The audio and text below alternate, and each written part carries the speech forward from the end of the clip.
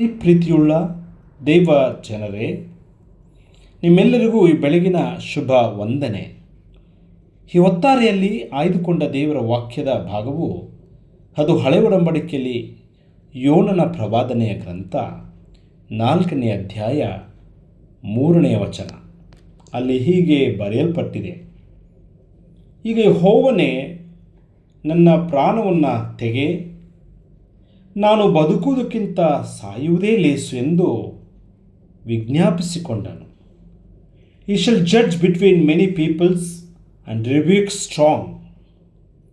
Therefore now, O Lord, please take my life from me, for it is better for me to die than to live.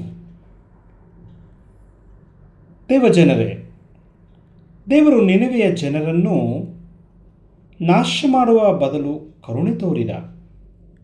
ಆದ್ದರಿಂದ ಪ್ರವಾದಿ ಯೋನನಲ್ಲಿ ಕೋಪ ಮತ್ತು ನಿರಾಶೆ ಹುಟ್ಟಿಕೊಂಡಿದೆ.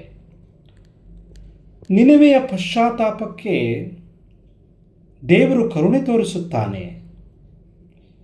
ಪ್ರವಾದಿಯ ವಿಶ್ವಾಸಾರ್ಹದ ಬಗ್ಗೆ ಕೋಪಗೊಂಡಿದ್ದಾನೆ.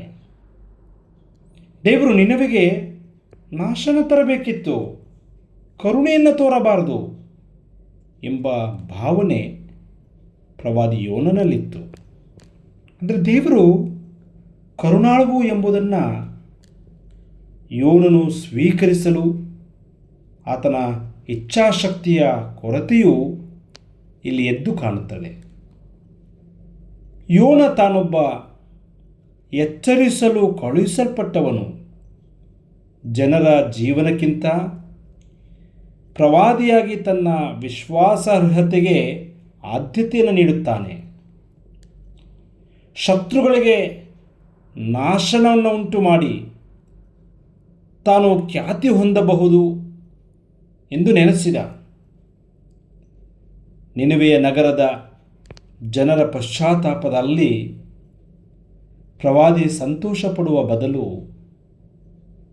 ತನ್ನ ವಿಶ್ವಾಸಾರ್ಹತೆ ಅಪಾಯದಲ್ಲಿದೆ ಎಂದು ಕೋಪಗೊಂಡ. ನಿನೆವೆಯ ಜನರನ್ನು ದೇವರು ಶಿಕ್ಷಿಸಬೇಕೆಂದು ಬಯಸುತ್ತಾನೆ. ಪ್ರವಾದಿ ಬಯಸದಂತೆ ಆಗದೆ ಇರುವಾಗ ತಾನು ಮರಣವನ್ನು ಬಯಸುತ್ತಾನೆ.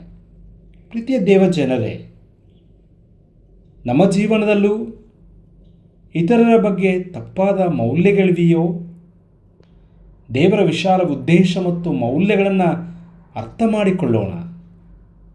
ನಿನೆವೆಯ ಕಲ್ಯಾಣವನ್ನು ದೇವರು ಬಯಸಿದಂತೆ ಇತರರ ಕಡೆಗೆ ಒಳ್ಳೆಯ ಮನೋಭಾವದಿಂದ ಕಾಣೋಣ, ಅಸೂಯೆ ಪಡೆದೇ ಇರೋಣ.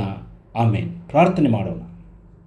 ಕೃಪಾ ಸಂಪೂರ್ಣನಾದಂಥ ದೇವರೇ, ಸ್ವಾರ್ಥ ಹಿತಾಸಕ್ತಿಗಳನ್ನು ಬಿಟ್ಟು ನೀನು ಎಲ್ಲರ ದೇವರು, ಎಲ್ಲರನ್ನ ಪ್ರೀತಿಸುವಾತನು, ಪಾಪಿಗಳನ್ನು ನೀನು ಕರುಣಿಸುವಾತನು, ಎಲ್ಲರನ್ನ ಕ್ಷಮಿಸುವಾತನು ಎಂಬಂಥ ಸಂದೇಶವನ್ನು ಈ ವಾಕ್ಯದ ಬೆಳಕಿನಲ್ಲಿ ನಾವು ನೆನಪು ಮಾಡಿಕೊಳ್ಳುತ್ತೇವೆ. ನಾವು ಕೂಡ ಇತರರಿಗೆ ಅನೇಕ ವೇಳೆ ಕೇಡನ್ನು ಬಯಸಿದೆವು. ಇತರರ ಒಳಿತಿಗೆ ಸಂತೋಷ ಪಡಲಿಲ್ಲ. ಇತರರ ಏಳಿಗೆಯನ್ನು ಕರ್ತನೆ ನೋಡಿ ನಾವು ಅಸೂಯೆ ಪಟ್ಟೆವು. ನಮ್ಮನ್ನು ಕ್ಷಮಿಸು. ನಮ್ಮನ್ನು ಪ್ರೀತಿಸಿದಂತೆ, ನಮ್ಮನ್ನು ಕರೆದಂತೆ ಇತರ ಜನರನ್ನು ನೀನು ಪ್ರೀತಿಸುತ್ತಿ, ಕರೆಯುತ್ತಿ, ಕ್ಷಮಿಸುತ್ತಿ. ಇಂಥ ವಿಶಾಲವಾದಂಥ ಮನೋಭಾವವುಳ್ಳ ದೇವರು ಸ್ವಾಮಿ. ದೇವರಿನ ಪ್ರೀತಿ ಅಗಾಧವಾದಂಥದ್ದು. ಇತರ ಜನರ ಕಲ್ಯಾಣವನ್ನು ಬಯಸಿದಂತೆ ನಾವು ಸಮಾಜದ ಕಲ್ಯಾಣಕ್ಕಾಗಿ ನಿಲ್ಲುವಂತೆ ಸಹಾಯ ಮಾಡು. ಈ ದಿನವೆಲ್ಲ ನಮ್ಮ ಜೊತೆಗಿದ್ದು ನಮ್ಮನ್ನು ನಡೆಸು. ನಮ್ಮೆಲ್ಲ ಕೆಲಸ ಕಾರ್ಯಗಳಲ್ಲಿ, ಹೋಗೋಣ ಬರೋಣಗಳಲ್ಲಿ ಸ್ವಾಮಿ ನೀನು ಹಿಂಬಲವೂ ಮುಂಬಲವೂ ಆಗಿದ್ದುಕೊಂಡು ನಮ್ಮನ್ನು ನಡೆಸೆಂದು ನಮ್ಮ ರಕ್ಷಕನು ಒಡೆಯನೂ ಆಗಿರುವ ಯೇಸು ಸ್ವಾಮಿಸಲ್ಲಿ ಪ್ರಾರ್ಥಿಸ್ತೇವೆ ನಮ್ಮ ದೇವರೇ. ಆಮೇನ್.